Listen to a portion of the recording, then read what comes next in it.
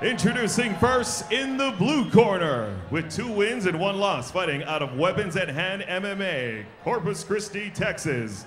Here is Jordan Gaza. Her opponent stands in the red corner with 3 wins, 1 loss, and 1 draw, fighting out of Reno Academy of Combat, Reno, Nevada. Here is Kathryn Street Fighter Davis.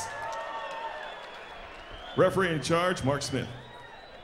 All right, ladies, 115-pound title fight. Protect yourself at all times. Obey my commands. If you like to touch gloves, come out ready to fight. 3 3-minute rounds. So what, that's those 60 seconds, how big is that? For a break, I mean, amateurs? if you're in good shape, you know, it shouldn't make too much of a difference, you know, the extra minute. Garza in the white trunks, Davis in the red, and we get this title fight underway. That was more of a pulling guard than literally a takedown. Garza is dangerous. She is trained in Brazilian Jiu-Jitsu and is currently in side control, or excuse me, half guard. Yeah, she's doing an excellent job. You can see her trying to use the foot to sweep down off of the, to eliminate the half guard that Kathryn's trying to do from top. Davis is trying to use a lockdown, you know, using the outside leg and hooking into the calf. Eddie Bravo kind of made it famous.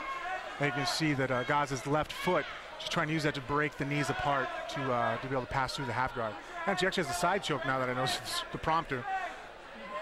Is she going to be able to finish this from It'd be extremely difficult from there because of, I mean, not that it can't be done, but typically it's not very easy because you don't have the forearm lined up just right around the neck. It's easier to pass through. She'd use her left knee right now to go across the belly and try to cut to the other side and then splay out, and that angle causes the hold to tighten up.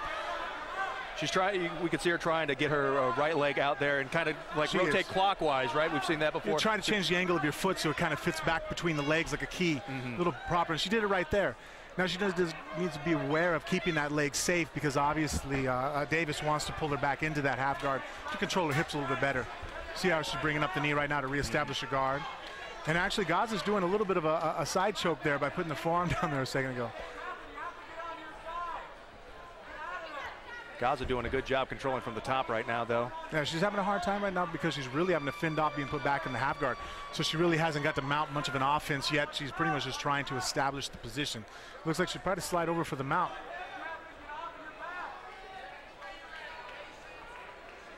Davis is doing a good job of trying. I mean, that's one thing about being on bottom that's annoying for a top person. If the bottom person doesn't concede position or doesn't kind of give up, like, okay, you got me, let's fight from here, it's kind of a pain. That's one thing we always tell people: when you're on bottom, don't concede. You know, constantly fight, fight, fight, because the minute you relax, the person on top has an easier time now. She's going for a Darce choke and guillotine now. She's going to grab her own thigh and then walk around. Try to step over, got knee in the belly. There's actually some pretty nifty submissions she's actually gone for. I'm pretty impressed so far. Now she's going to step over and do like the mounted guillotine. If she could have got full mount, she probably could have pulled it off. But right now, again, in the half guard, it's pulling her hips away from the Davis's neck. And she's not able to really stack up and get the full weight on there. See, right now, it's more her back and biceps, and she can get a squeeze. Oh, wow. Wow, gets the tap. Jordan Garza. About a minute and a half into the first round, showing some great submission skills, just worked at it, just very methodical throughout that entire fight. She's going to be our new Tough Enough women's 150-pound, 15-pound, I don't think she'd appreciate me saying 150-pound, 115-pound champion, only 18 years old.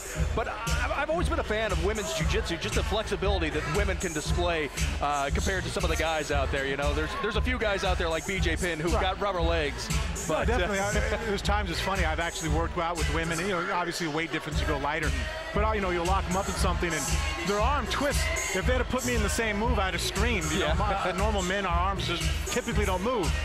Here you see where she's working the half guard, and she did a great job of really pinching down on the arm. See how she's arching, and she has great, you know, feel with her forearm, able to get it super tight, and you know, she's actually very physically fit. Typically, that's not an easy spot to get the guillotine from. So that's just, she has a great mastery of that move. Ladies and gentlemen, after 2 minutes and 41 seconds into the first round, your winner by guillotine choke, the blue corner, Jordan Gaza. And your new women's 115-pound champion,